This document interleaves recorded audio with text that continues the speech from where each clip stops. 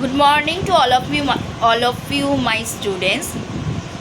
আজকে হীনযান মহাযান এই দুই বিষয় নিয়ে খানিক আলোচনা করব। ভগবান বুদ্ধের মহানির্বাণের অল্পকাল পরেই তার ধর্মকেন্দ্রিত বিশ্বাস, উপাসনা পদ্ধতি, পালনীয় আচার বিচার, ব্যাখ্যা প্রভৃতি নিয়ে শিষ্য সম্প্রদায়ের মধ্যে মতান্তর দেখা দেয়। সময়টা ছিল খ্রিস্টপূর্ব 567 অব্দ। সেই বিপর্যয় থেকে মুক্তির জন্য ভারতের বিভিন্ন স্থানে ও বিভিন্ন সময়ে বৌদ্ধ ধর্মানুরাগী বৃন্দ সমবেত হয়ে 4টি ধর্ম মহাসভা বা মহাসঙ্গীতি আহ্বান করেছিলেন।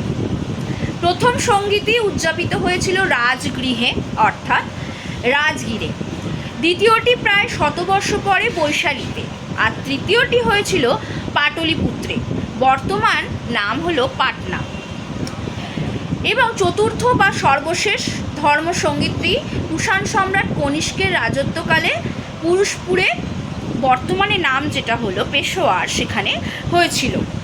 শেষ ধর্মসঙ্গীতটির সময়ই বৌদ্ধগণ হীনযান ও মহাযান এই দুটি সম্প্রদায়ে বিভক্ত হয়ে যান।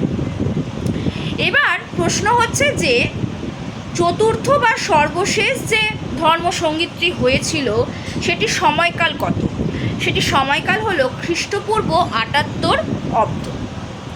আজকের মতো এই তথ্য এই পর্যন্তই। Thank you so much.